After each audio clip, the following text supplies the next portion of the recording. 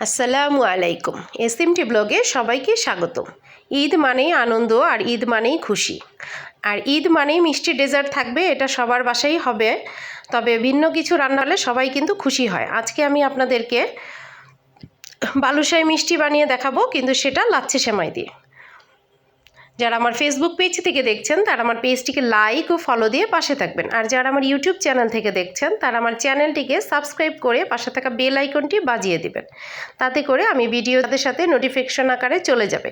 আর যারা already subscribe করেছেন তাদেরকে জানাই অসংখ্য ধন্যবাদ। এখানে আমি 2 কাপ পরিমাণ লাচ্ছি সেমাই নিয়েছি। এখন একটা ব্লেন্ডার জারের মধ্যে সেমাইগুলিকে দিয়ে আমি ভালোভাবে ব্লেন্ড করে নেব। এই তো সেমাইটা করা হয়ে গেছে। এখন আমি এখানে হাফ কাপ পরিমাণ ময়দা দিয়ে দিচ্ছি, আর হাফ কাপ পরিমাণ পাউডার দুধ দিয়ে দিলাম। 1 চা চামচ পরিমাণ বেকিং পাউডার, 1 চা চামচ পরিমাণ বেকিং সোডা দিয়ে দিলাম। এখন সবগুলো উপকরণকে আমি হাত দিয়ে ভালোভাবে মিশিয়ে নিব।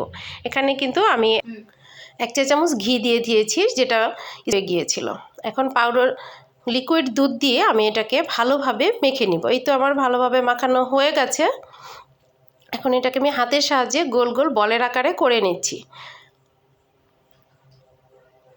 আপনারা এটাকে দেখেই বুঝে নেবেন যে কতটা সহজভাবে এটা হয়ে যায়।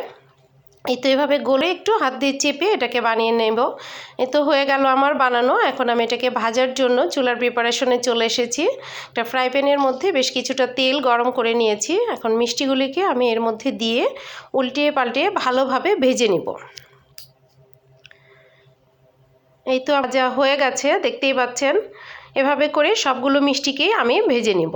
এখন আমি মিষ্টিগুলিকে উঠিয়ে নিচ্ছি। মিষ্টিগুলি সব ভাজা হয়ে যাওয়ার পর আমি আরেকটা ফ্রাই প্যানের মধ্যে বেশ কিছুটা চিনি দিয়ে দিলাম, আর 2 কাপ পরিমাণ পানি দিয়ে দিলাম। পানিটাকে আমি এখন ঢাকনা দিয়ে ফুটিয়ে নিব। পানিটা ফুটে ওঠার পর আমি সবগুলো মিষ্টিকেই শিরার মধ্যে দিয়ে দিচ্ছি।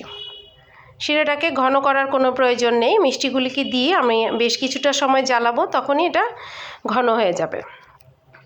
এই তো আমার মিষ্টিগুলোকে জ্বালানো হয়ে গেছে। আমি এটাকে ঢেকে বেশ কিছুটা সময়ের জন্য 2 ঘন্টা পর্যন্ত আমি মিষ্টিটাকে শিরার মধ্যে দিয়ে রেখে দেব। আমার রান্নাটি যদি ভালো লেগে থাকে প্লিজ একটা লাইক করে দেবেন, কমেন্ট করে জানাবেন কেমন হয়েছে, ফ্রেন্ডস অ্যান্ড ফ্যামিলির সাথে শেয়ার করে দেবেন। এই তো মিষ্টিটাকে আমি 2 ঘন্টা পর উঠিয়ে নিয়েছি, আর এখন আমি পাউডার দুধ দিয়ে মিষ্টিটাকে উপর দিয়ে কোট করে নিচ্ছি। দেখুন মিষ্টিটা কতটাই সুন্দর হয়েছে। সবাই ভালো থাকবেন। সবাইকে ঈদুল আজহার শুভেচ্ছা জানিয়ে বিদায় নিচ্ছি। আল্লাহ হাফেজ।